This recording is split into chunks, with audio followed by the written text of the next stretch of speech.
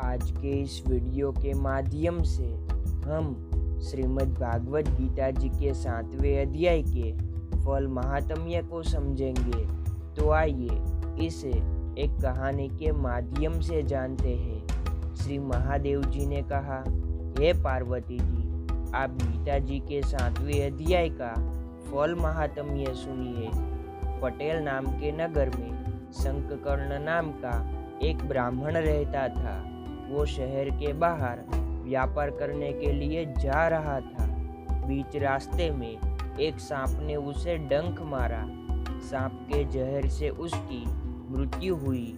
उसके साथी ने उसका अग्नि संस्कार किया और आगे निकल पड़ा। वो साथी जब फिर से उस शहर में आया तब शंखकर्ण के पुत्र ने पूछा, मेरे पिताजी कहाँ हैं? उस साथी ने कहा, रास्ते में उसे एक सांप ने काट लिया और इसी कारण उसकी मृत्यु हुई। उनकी सभी चीजें अब तुम रखो। ऐसा कहकर वह साथी ने 1 लाख रुपए दिए और शंखकर्ण के पुत्र को कहा कि तेरे पिता को सद्गति प्राप्त हो, इसलिए तू घटित श्राद्ध क्रिया करवाना। उस पुत्र ने ब्राह्मणों को पूछा, मेरे पिता की सद्गति के लिए मुझे क्या करना चाहिए? ब्राह्मणों ने नारायण बलि श्राद्ध कराने को कहा।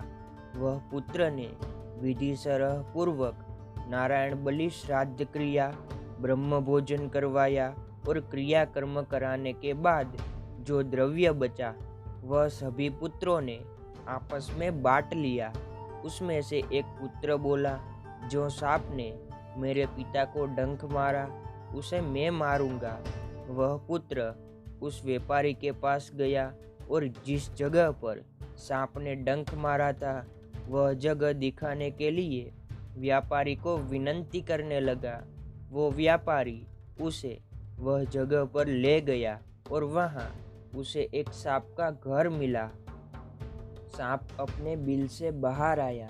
सांप बोला, तुम कौन हो और मेरे घर के पास क्या कर रहे हो?